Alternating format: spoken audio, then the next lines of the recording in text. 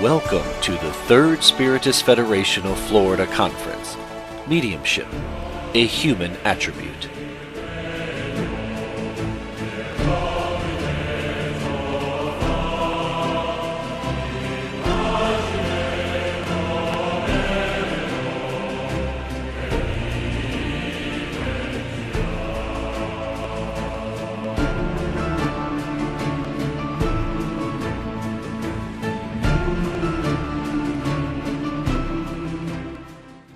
And I'd like to introduce our next guest speaker, which is Dr. Alberto Almeida. His topic this afternoon is mediumship and different methods of healing. So please join me in introducing and bringing him up.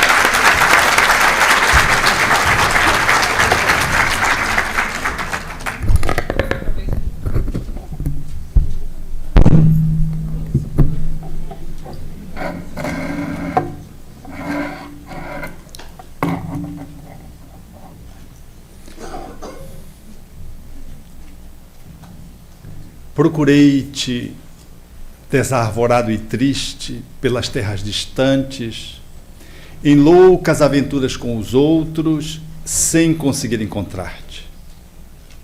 Aonde chegava a minha ansiedade, deparava-me com as marcas dos teus pés no chão. Cobri os meus sonhos de angústia, dilacerando todas as minhas tentativas de te encontrar. Exauri-me sem resultado feliz e tombei vencido. Defrontei-me um dia com duas estrelas que se apagavam nos olhos de uma criança abandonada e amei-a.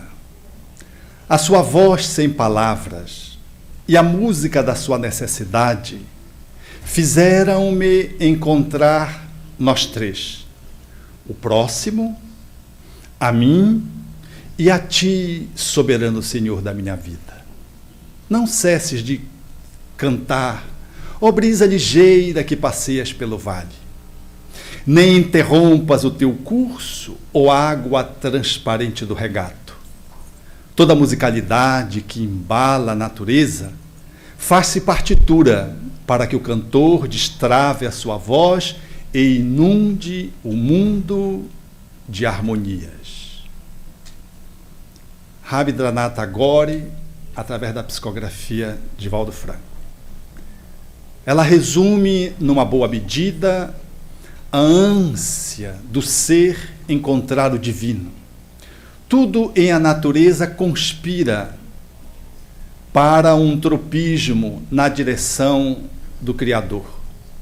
Em todos os reinos, há uma orquestração que, por assim dizer, se inclina para a reverência ao Criador, ao Senhor dos Universos.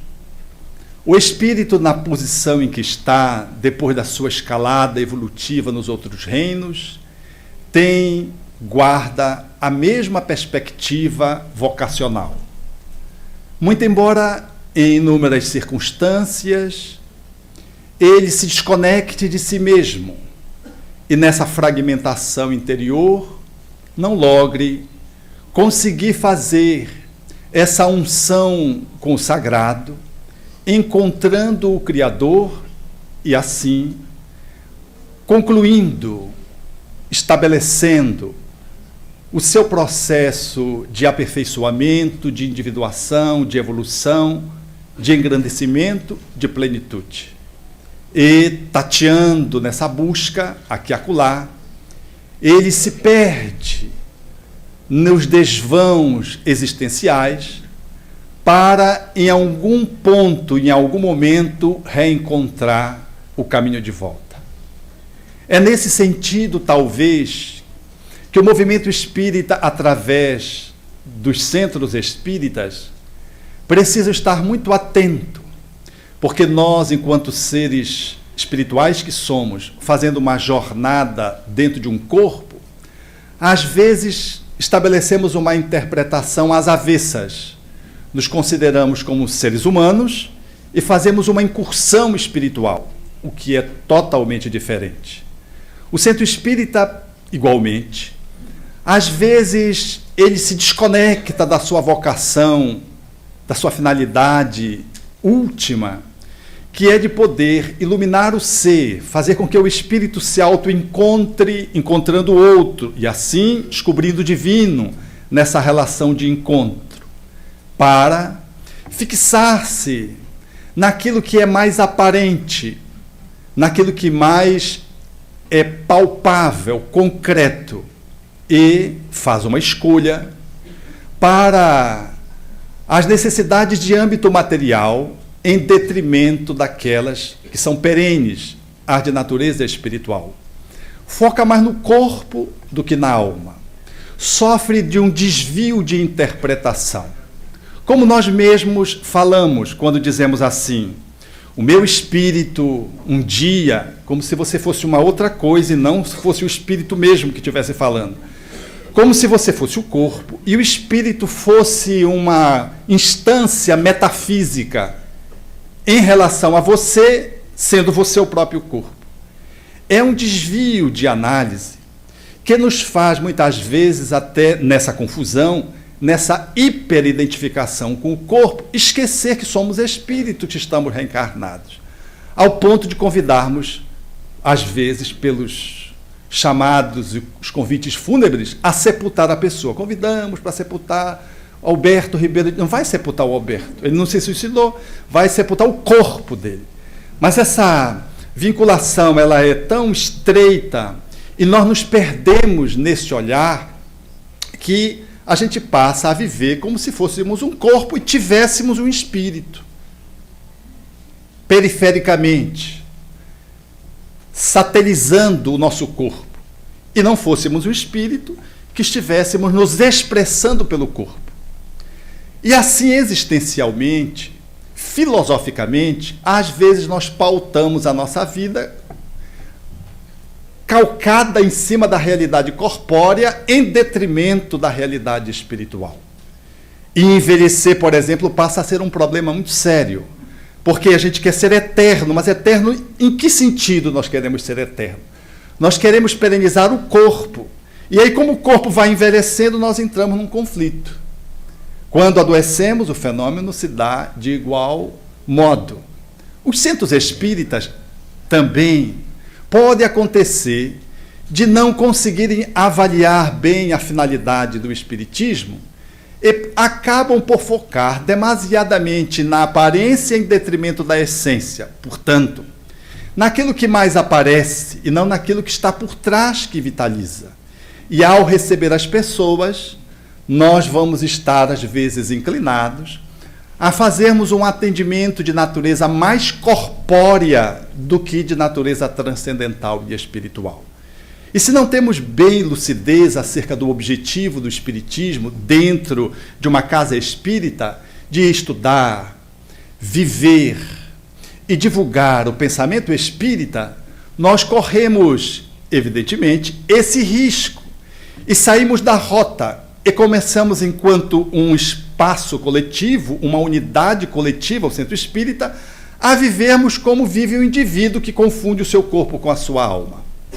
Logo, nesse caminho, nesse viés, nós vamos perceber centros espíritas empregando uma demasiada atenção ao corpo e, portanto, às atividades de natureza de cura, focando nesse âmbito como se o centro espírita devesse priorizar esse tipo de atividade.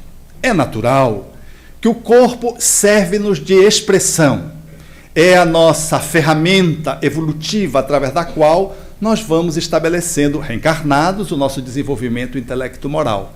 Não há nenhum desprestígio ao corpo, nenhuma desconsideração ao corpo como se fosse algo mundano. O corpo é o templo sagrado, mas o ser que habita o templo é mais importante que o templo. Mas o templo é importante para que o ser sagrado nele se movimente. É nessa perspectiva que talvez precisamos alinhavar algumas considerações no sentido de promover algumas conjecturas sobre o andamento do nosso movimento espírita, a fim de poder fazer o enquadramento das atividades de modo a que ele não se desvie da sua real finalidade enquanto célula pulsante de cristianismo, que ele deve ser, atendendo os espíritos que estão vestidos de um corpo e, portanto, sabendo separar um e outro para não confundir o meio com o fim, aquilo que é passageiro daquilo que é permanente. Nessa perspectiva, quando o centro espírita focaliza na cura, ele cria um ambiente de popularidade incomum, porque a maioria das pessoas estão direcionadas para atender às suas necessidades mais imediatas. E a cura corpórea é uma das demandas mais estimuladoras para que alguém possa se aproximar de um templo. E se o centro espírita ele divulga suas atividades e dá um status para esse tipo de atividade, corre-se o risco de nem se dar conta de poder acolher o sem número de pessoas que ali comparecem, mais interessadas na cura física do que qualquer outro desejo no âmbito da sua transcendência. As pessoas chegam e visualizam apenas o atendimento daquela necessidade imediata.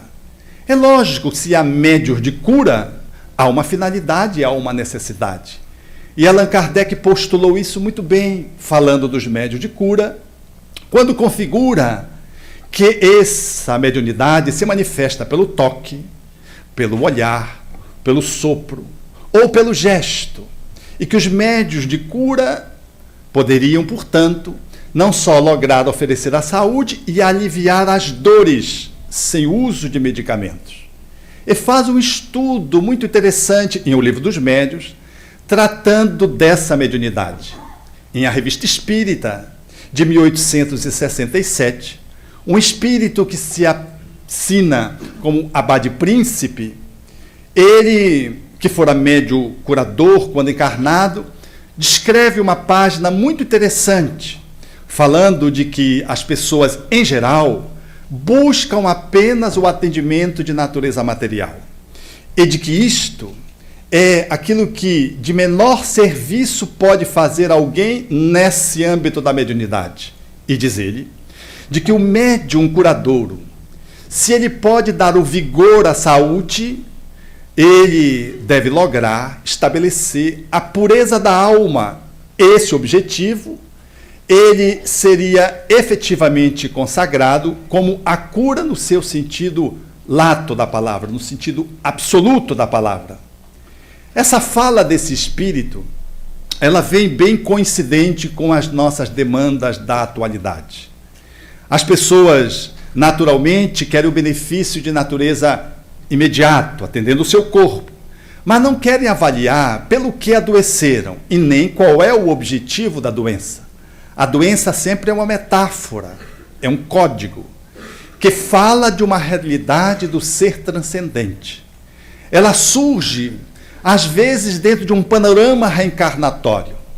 Quando Silvério, em o livro Os Mensageiros, ditado por Chico Xavier, por Espírito André Luiz, através de Chico Xavier, assinala no seu planejamento a necessidade de reencarnar coxo e feio, para que não perdesse novamente a encarnação no campo das suas atividades mediúnicas, ele já dá conta de que muitos de nós, quando trazemos uma limitação de natureza hereditária ou congênita, ou quando apresentamos uma moléstia na infância crônica, ou na juventude, uma diabetes, por exemplo, infanto-juvenil, e que vai culminar por toda uma existência a uma finalidade superior, de que aquela enfermidade surge como uma proposta de contenção para dar àquele espírito a possibilidade de uma disciplina e vitoriar naquela encarnação sobre si mesmo, aproveitando melhor o tentame, aproveitando melhor aquela experiência vivencial corpórea. Então a doença, que às vezes é vista como uma coisa pecaminosa ou uma coisa demoníaca, às vezes é o divino que está presente. Se você comer demasiadamente, o estômago dói, e essa dor fala de uma necessidade de contenção. A dor do estômago nessa fisiologia imposta ao corpo, diz para o condutor do corpo, para o espírito, que ele deve segurar um pouco a quantidade do alimento. Essa dor, portanto, ela é uma dor como um sinal de alerta que surge. Não é uma patologia, é uma disfuncionalidade circunstancial em função de um excesso de conteúdo para um continente que não dá conta de abrigá-lo e sinaliza. Mas se você insiste, o estômago vai se hipertrofiando, vai aumentando no mecanismo de autoadaptação e vão surgindo outras dores, porque aquela dor não foi suficiente para acordar o condutor do corpo de que a quantidade de alimento deveria ser mediada em função daquele alerta básico vindo aqui do seu plexo solar. Começam a surgir outras dores, falando de que o ser, ele continua fora de rota, até que surge uma enfermidade, que vai consagrar, então, o resultado como consequência da forma como a pessoa se colocou no mundo, falando, portanto, para aquele indivíduo da forma como ele está se conduzindo e contendo, mediante o próprio sofrimento, para que ele não abuse, não extrapole.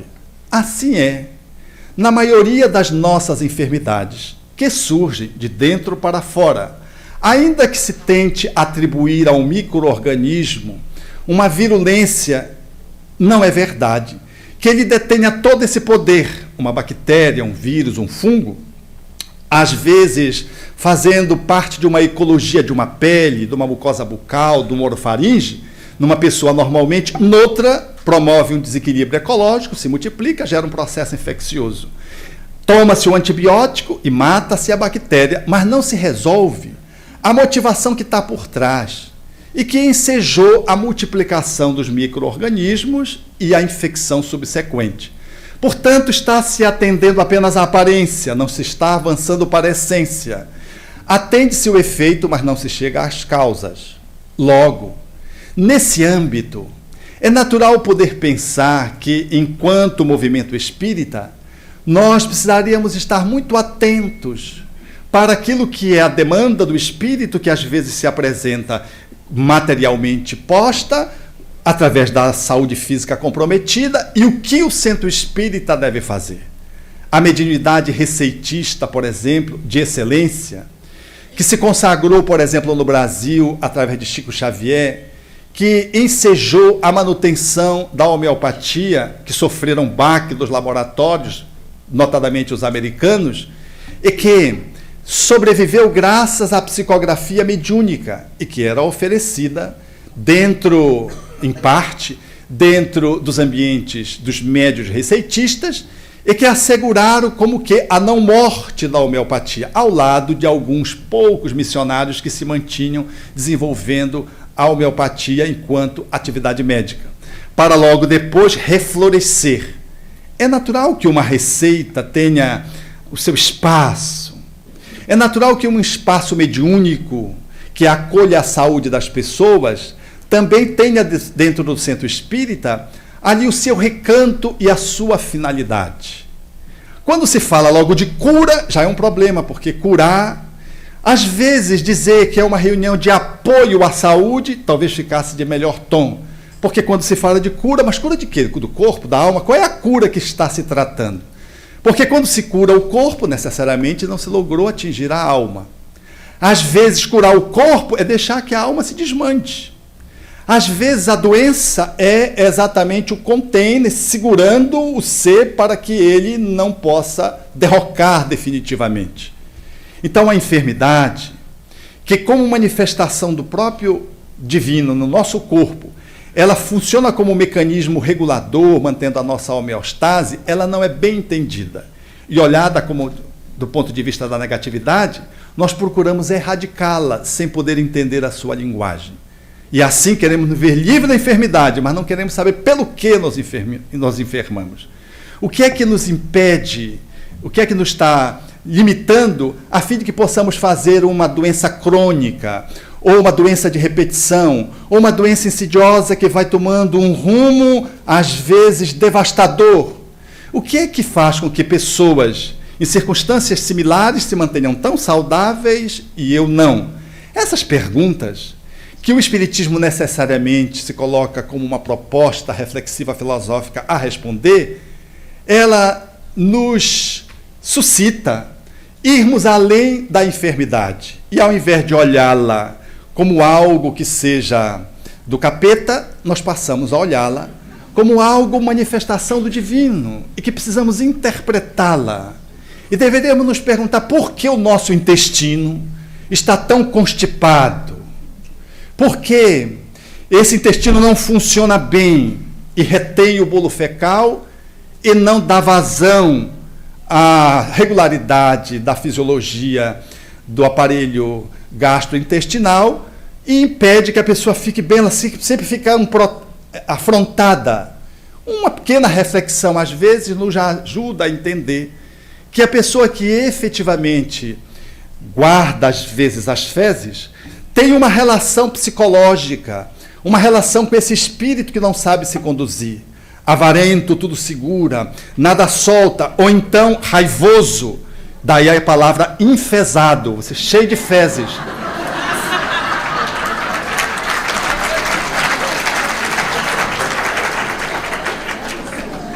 Efetivamente, a linguagem popular deveria ensinar muito aos médicos, quando a gente diz que fulano está carregando o mundo nas costas.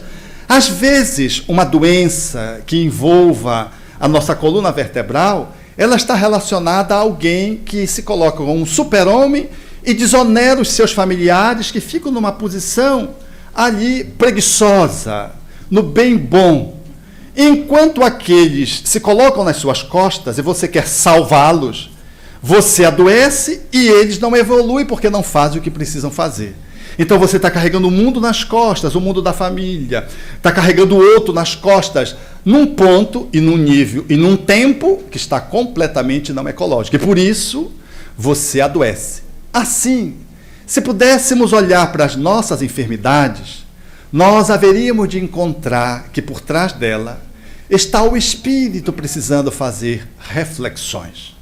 O centro espírita, quando se detém nas posições de cura, especialmente nessa palavra cura, e desenvolve trabalhos nessa perspectivas, ele muitas vezes se desvia do seu objetivo em função do assodamento com que as pessoas o buscam e da vulnerabilidade com que se coloca o médium que se coloque nessa posição.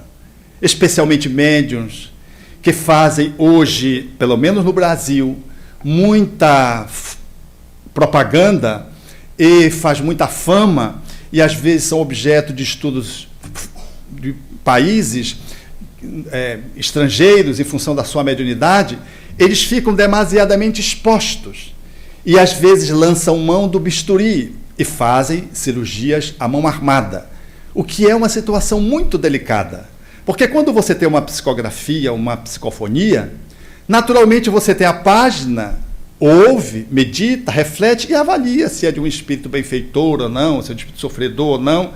Mas como é que se avalia uma intervenção cirúrgica? O resultado é ela mesma.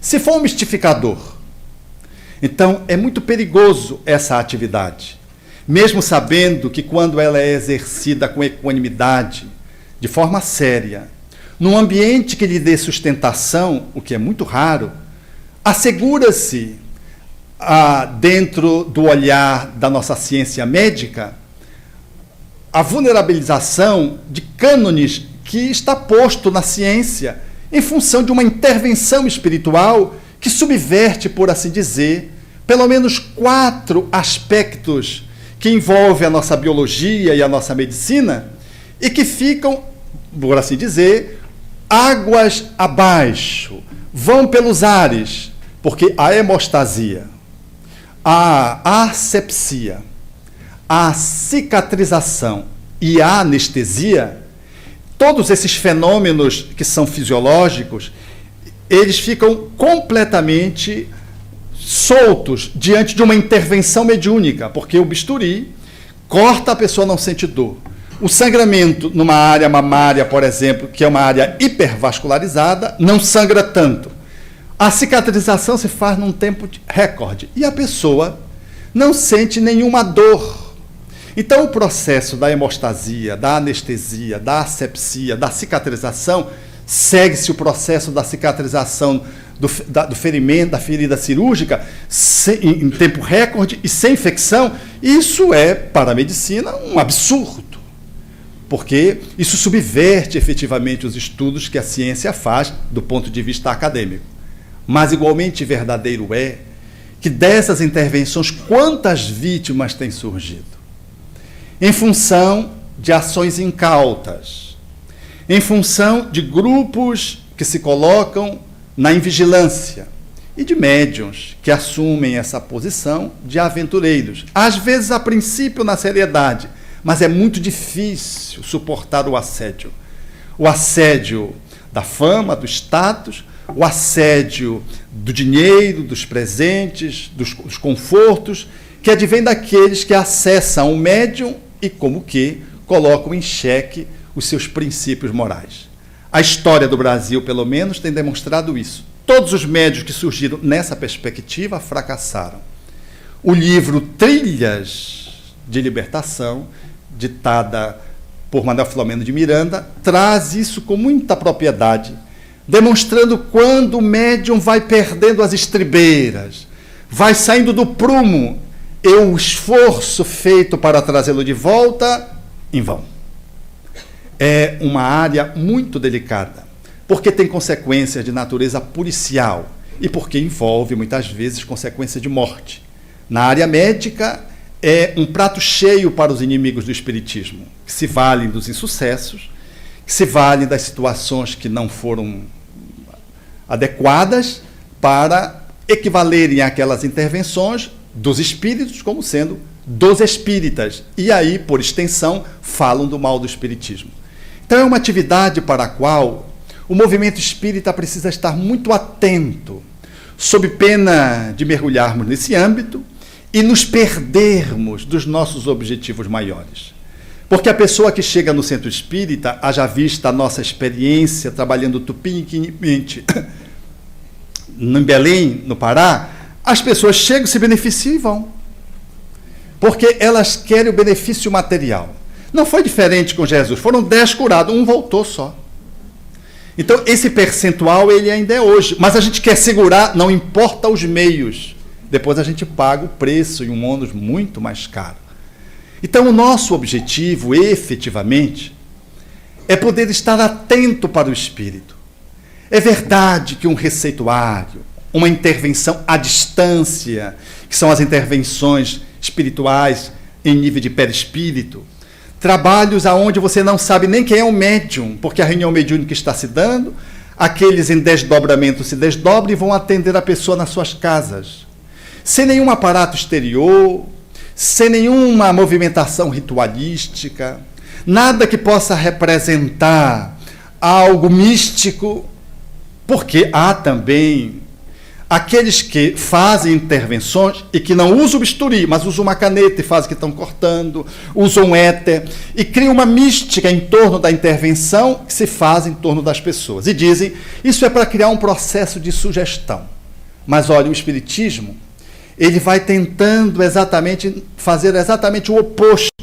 Ele vai nos criando uma consciência de poder lidar com a nossa saúde, com a nossa vida, despida de rituais, despida dessa mística, despida de todo esse aparato que envolve processos simbológicos que nos distanciam da realidade da qual o Espiritismo se nos aponta de uma forma absolutamente cristalina. Então, o Centro Espírita, que abriga esse tipo de prática, ele está fazendo uma prática exatamente na contramão daquilo que propõe o codificador quando trata o espiritismo no seu aspecto da religiosidade.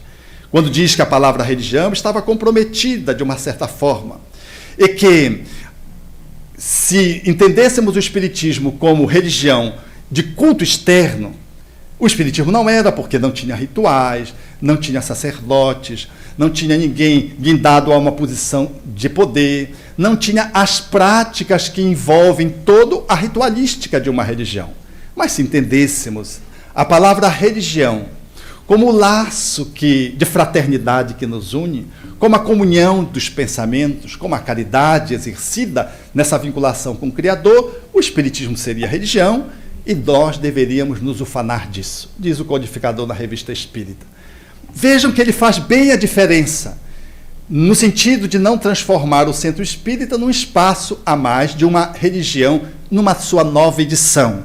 O Espiritismo traz, portanto, a sua religiosidade nessa perspectiva do lato sensu, destituído, portanto, de todos esses elementos, o que fica comprometido com essas intervenções no campo da cura ou da saúde, de médiuns que se apropriam dessa prática e descaracterizam ali a nossa prática espírita. Assim, o olhar do centro espírita tem que naturalmente atender a pessoa que vem com o corpo. E se ela vem com fome, Jesus multiplicou pães e peixes, curou a tantos. No entanto, a cura se estabelecia, o benefício material se estabelecia para o atendimento das necessidades reais do espírito. Senão ficava um atendimento do imediato e não do mediato. Ficaria um paternalismo, ou ficaria um atendimento na superfície. Então o centro espírita deve atender. Ainda ontem comentávamos aqui com os amigos, um companheiro chegou lá no Rio de Janeiro, trazendo uma galinha que estava doente para receber um passe. E o dirigente disse, pois não, pode entrar, meus irmãos, aqui, vamos dar um passe na galinha da senhora. E foi, aplicou um passe na galinha, aplicou um passe na senhora. E quando acabou de atender, ele disse para a senhora, Bruno, agora você volta para a semana, agora não precisa trazer a galinha. Venha só você, porque daqui a gente vai vibrar. E o companheiro que me contava dizia assim, engraçado, ele tem uma flexibilidade, eu não teria feito isso, eu já enquadraria e já... Mas ele deu passe na galinha e a senhora continuou frequentando e foi fazendo o processo de esclarecimento. Eu não estou dizendo que está certo ou está errado, estou dizendo a pessoa tinha a lucidez que a galinha não mereceria o passe, mas que era necessário até acolher esse propósito no sentido de atender a senhora, que efetivamente poderia se beneficiar. Quantos? Eu mesmo já vivi uma experiência dessa em Barra Mansa. Eu estava pela primeira vez em Barra Mansa, fui fazer uma palestra lá, e o companheiro, então, o companheiro Ciro, que eu estava conhecendo naquele dia, foi me mostrar, ele morava assim no topo de uma montanha, e foi me mostrar a cidade lá do topo da montanha. E quando foi lá, tinha um cachorro passando mal. E ele tinha tentado telefonar para o médico veterinário e não tinha conseguido. E aí eu, querendo ser agradável, querendo ser útil, querendo dizer que eu era gente de bem, caiu na cabeça de eu oferecer um passe para dar no cachorro. E eu disse, quem sabe um passe? E ele disse, Aí foi um ambiente interessante, era um amanhecer, ele fez a prece, eu mandei um passe no cachorro, todo espingolado lá. E aí nós saímos andando um pouquinho, fomos, como era a montanha, era um pedacinho só de terra, e foi, mostrou. Quando nós voltamos, o cachorro tinha morrido. Eu fiquei tão sem graça, parece o eco. Ele dizia assim, morreu, eu dizia, morreu. Aí ele dizia assim, foi bom, eu dizia, foi bom. Eu fiquei numa saia justa, aliás, eu fiquei sem saia. Essa ânsia, às vezes, de acertar, nos coloca nessas posições. Esse cidadão da galinha se deu bem, porque a senhora voltou e foi acolhida. Mas vejam que é a atenção. O ser humano que traz a sua necessidade precisa ser atendida. Mas nós não podemos ficar apenas nessa necessidade periférica, sob pena de comprometermos o que há de melhor para oferecermos para aquela pessoa. Que nós adiamos a de eterno ou não oferecemos em função da nossa visão de espiritismo ser deformada, a gente fica só na periferia, atendendo só as necessidades de ordem material e corporal. Descuidados das motivações causais e do espírito eterno que ali se coloca, reencarnado com as suas demandas sociais, e nós simplesmente passamos ao largo e não conseguimos fazer o atendimento integral que a proposta espírita se nos oferece. Desse modo, à medida que vamos ampliando esse olhar do pensamento espírita, as nossas lentes vão se focando para o ser que se apresenta e nós olhamos para a sua experiência corpórea e logramos observar o que está por trás. Sempre. Seja no atendimento fraterno através do diálogo, seja ali no recepcionista, às vezes no diálogo que se faz após a reunião com o expositor da doutrina, ou no estudo dos atendimentos espirituais, do estudo sistematizado e outros, nós precisamos estar sempre atentos qual é o nosso objetivo, para podermos estar fazendo um estudo arqueológico daquilo que podemos fazer em termos de benefícios àquele que nos procura. Porque há pessoas que buscam só as coisas materiais, e nós não vamos poder atendê-las. Elas chegam lá e dizem, eu quero ganhar na loteria. E aí? Eu vou frequentar aqui, porque as igrejas midiáticas no Brasil oferecem isso, a mão cheias. Então, às vezes, chegam no centro espírita querendo um benefício, um sucesso material. E, indagado acerca disso, você como entrevistador, qual é a sua posição? Às vezes, aquele está atido apenas à dimensão só material. E quando você sinaliza algo que vai além, não é a escolha dele, e ele se vai. Infelizmente, isso é a escolha dele do momento. Mas você ofereceu o que poderia ter sido de melhor para ele, e ficará essa semente que talvez seja devorada pelo pássaro no terreno da ensementação. Todavia, você foi autêntico na relação, acolheu a pessoa e ela jamais esquece. Se um dia ela fizer uma nova reflexão e mudar de rumo, ela retorna ao centro espírita, porque ela terá tido a marca de um cartão de apresentação de alguém que lhe acolheu afetuosamente, carinhosamente, que lhe seja um processo de cura. Porque quando nós falamos de cura, parece que nós vamos curar só o corpo. Mas o espírito, quando sinaliza Allan Kardec na Revista Espírita, ele fala dessa dimensão da alma, falando-nos, portanto, de que os processos de cura eles são muito mais abrangentes do que uma intervenção setorial, pontual, de um médico que aplique um passe através, por exemplo, da fluidoterapia, ou que faça uma intervenção à distância em nível perispiritual. Nós vamos observar que isso é muito pequeno ou muito pouco, porque complementar aquilo que a proposta espírita nos oferece. Que o processo da cura ele é muito mais abrangente. E de que quando nós estamos num conclave como esse, quantas pessoas estão se beneficiando em nível de saúde física, e nem se dão conta que estão se beneficiando. As entidades espirituais se aproveitam para atender às demandas de cada um. Mas, além do benefício material que a pessoa está obtendo numa palestra, num estudo, ou num passe na casa espírita, que é um atendimento complementar, a mensagem é o processo libertador, para que ela não fique na dependência de um novo passe, transformando-a num papapasse, num pedinte, que já vai na casa espírita sempre com a mão assim, sempre pedindo. Ele dorme na palestra, mas põe a mão para cima na hora que vai tomar o passe, está bem atento. Numa postura psicológica, expressa gestualmente, de alguém ainda que não despertou. E 3 meses de frequência a uma casa espírita, segundo Joaquim Travassos, através de Chico Xavier, no livro Ceareiro de Volta, o indivíduo já deveria estar sendo incluso em alguma atividade singela da casa espírita. Porque não somos uma reunião de cabeça-pescoço de culto, nós somos uma reunião, um espaço de trabalho dentro da casa espírita. Uma escola onde vamos aprender a viver, vamos fazer ensaios. Então a pessoa se integrou, ela deveria já logo, tanto quanto possível, estar se integrando nas atividades. É lógico, na atividade que fosse compatível com a sua postura, com a sua possibilidade. Às vezes ainda de forma bem periférica, mas ela se sente parte do centro espírita e não um pedinte que vai lá e você vai resolver a encrenca dele, porque historicamente sempre foi assim. Alguém intermediava o divino e nos libertava das nossas demandas e fazia por nós aquilo que nós deveríamos fazer por nós mesmos. O Espiritismo não, de modo algum, se acumplicia com esse tipo de prática.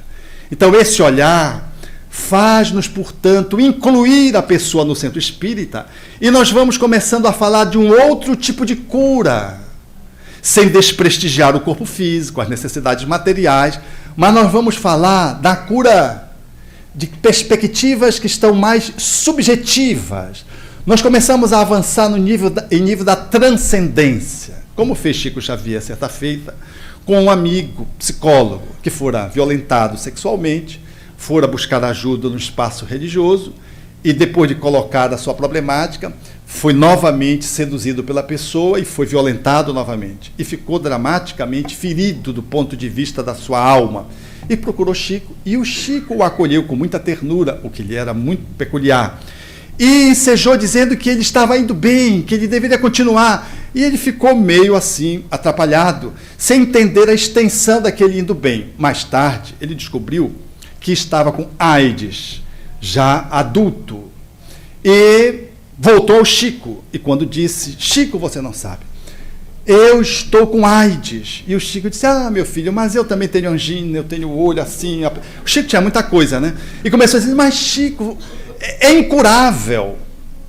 E esse jovem me disse, o Chico disse assim, meu filho, quantas doenças são incuráveis.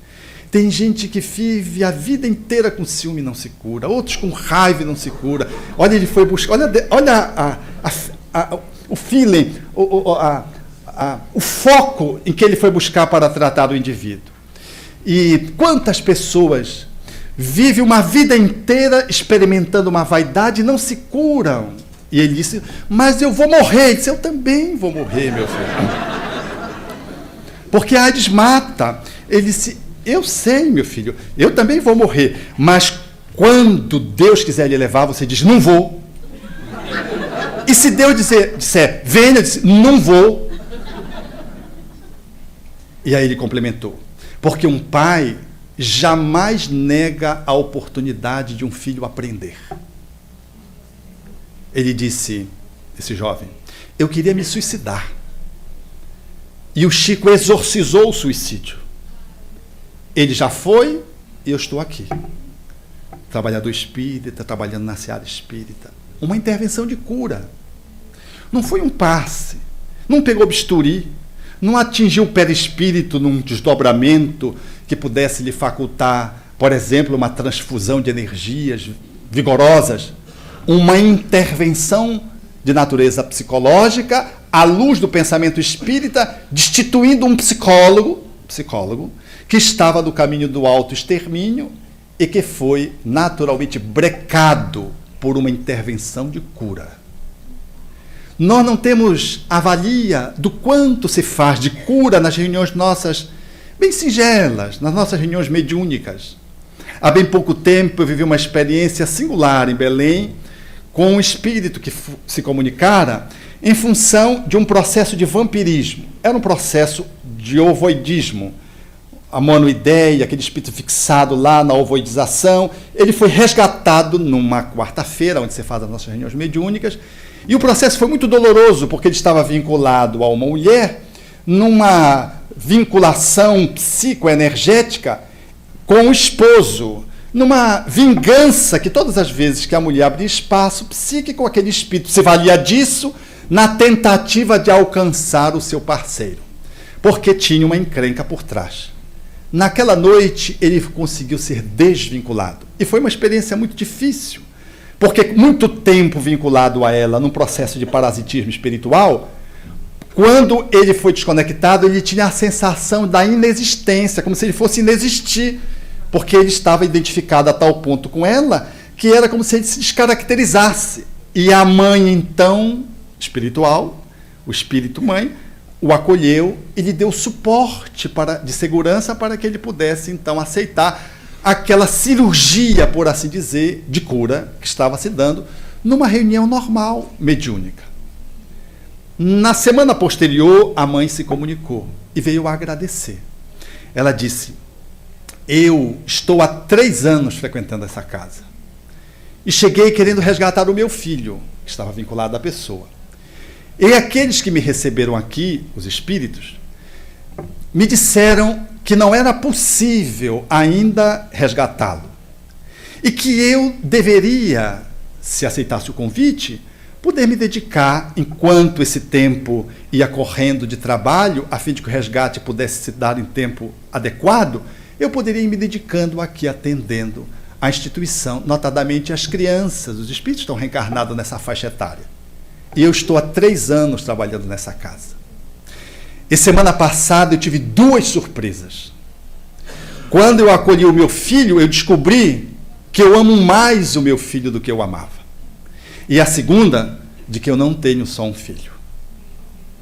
O exercício da amorosidade com os outros, numa linguagem psicológica, em terreno neutro, quando a gente exercita a amorosidade num outro espaço que não é o espaço da nossa parentela, nós vamos elastecendo a nossa capacidade de amar, e quando a gente volta para os nossos amores afetivos, os nossos laços já construídos, esse amor está maior, ou seja, ela descobriu que ela amava mais o filho dela do que ela amava há 3 anos anteriormente, postos.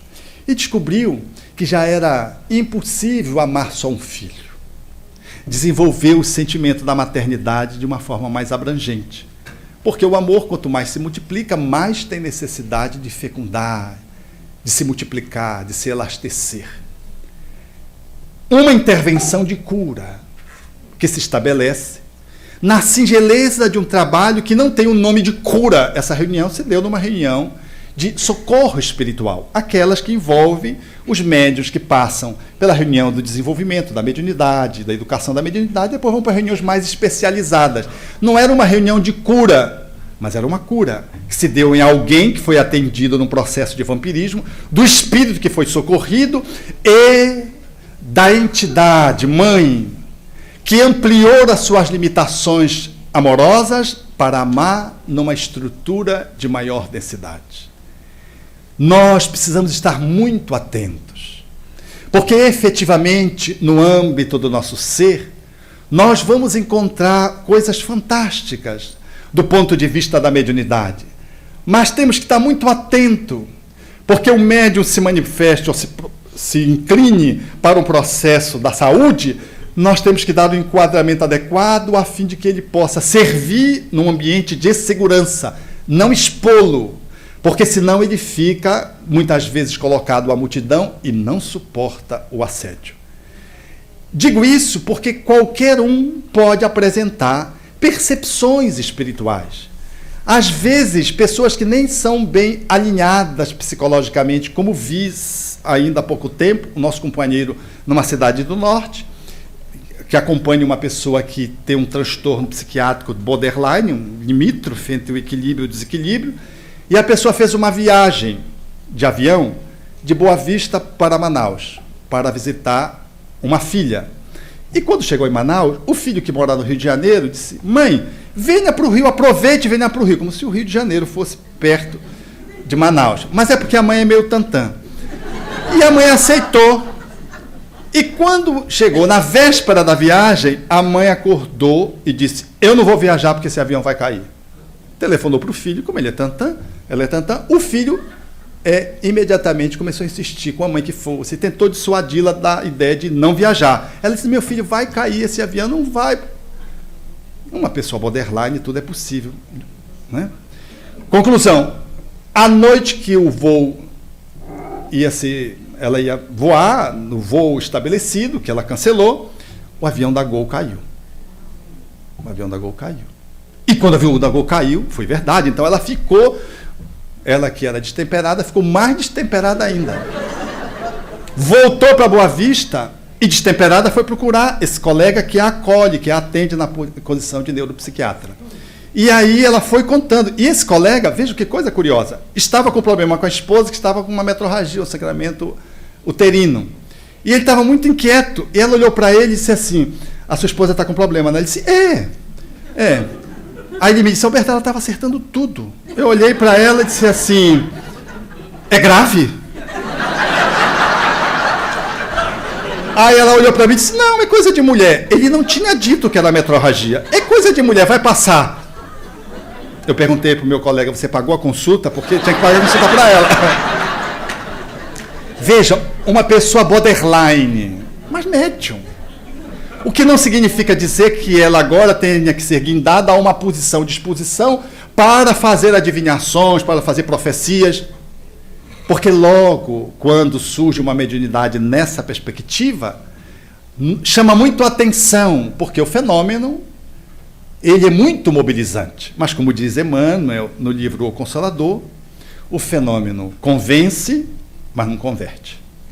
Chama a atenção, brilha, mas não transforma.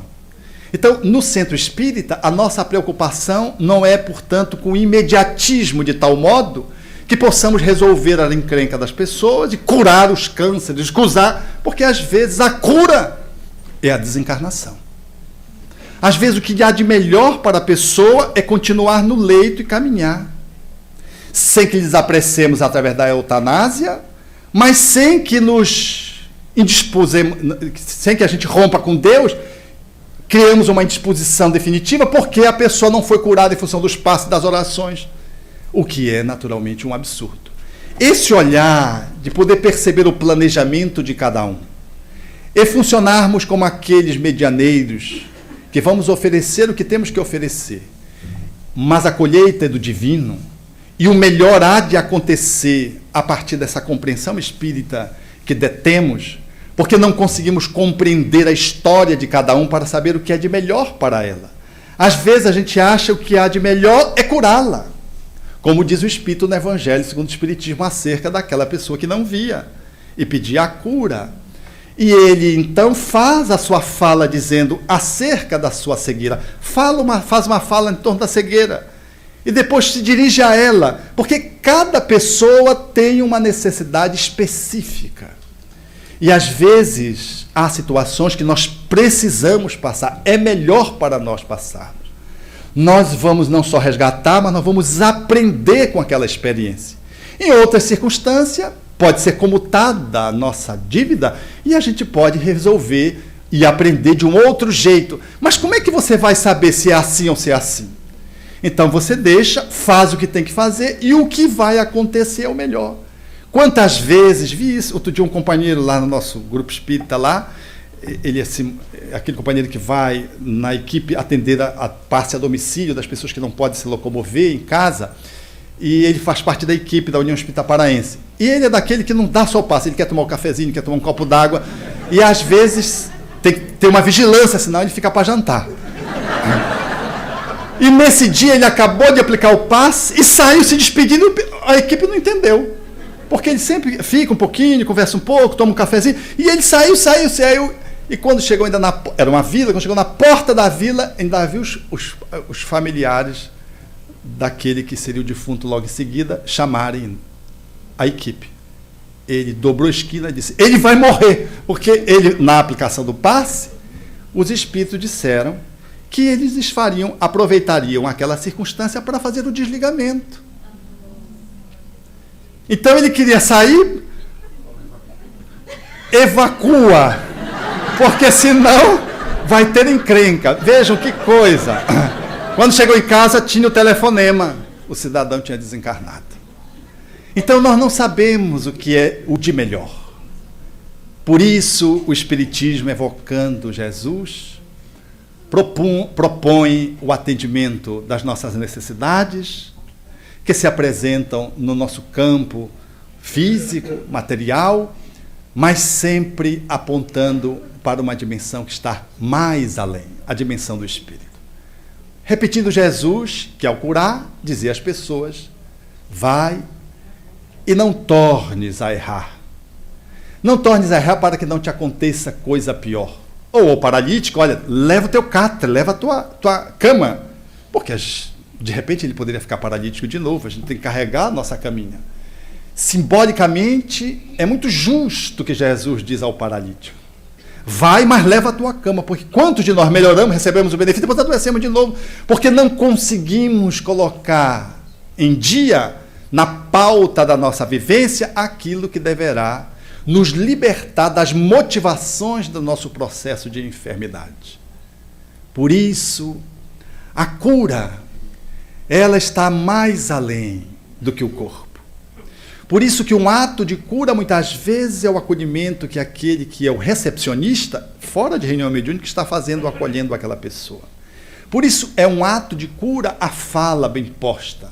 Por isso o ato de cura a prece à distância.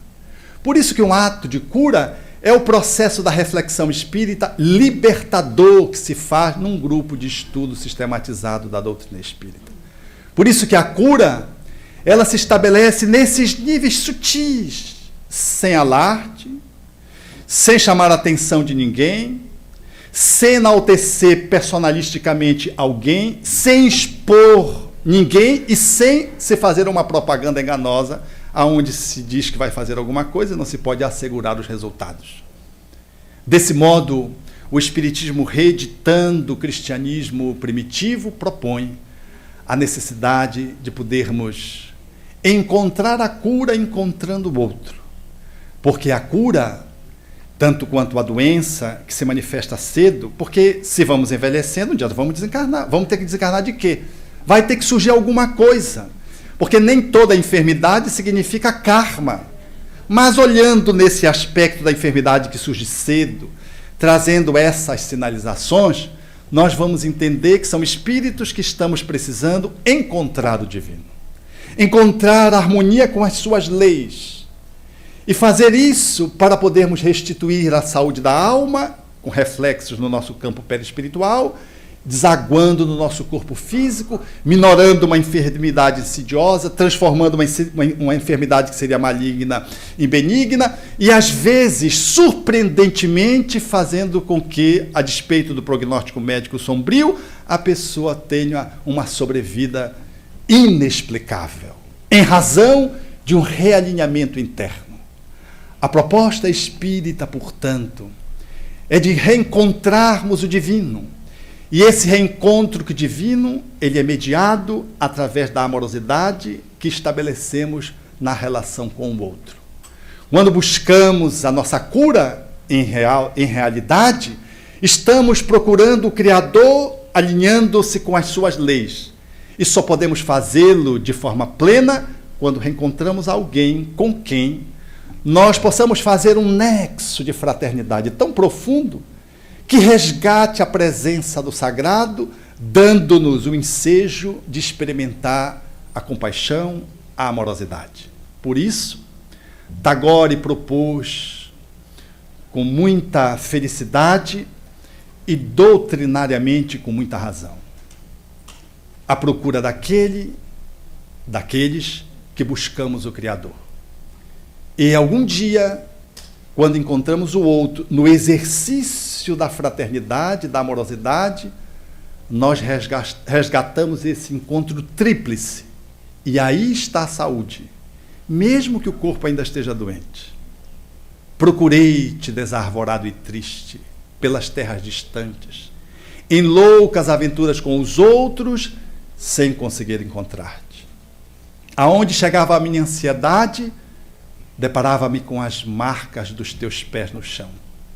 Cobri os meus sonhos de angústias, dilacerando todas as minhas tentativas de esperança em vãos movimentos para te encontrar. Exauri-me sem resultado feliz e detive-me vencido. Defrontei-me um dia com 2 estrelas que se apagavam nos olhos de uma criança abandonada e amei-a. A sua voz sem palavra e a música da sua necessidade fizeram-me encontrar nós 3. O próximo, a mim e a ti, soberano Senhor da minha vida. Não cesses de cantar, ó brisa ligeira que passeias pelo vale. Nem interrompas o teu curso, ó água transparente do regato. Toda a musicalidade que embala a natureza faz-se partitura para que o cantor destrave a voz da sua garganta e inunde o mundo de harmonias. Obrigado.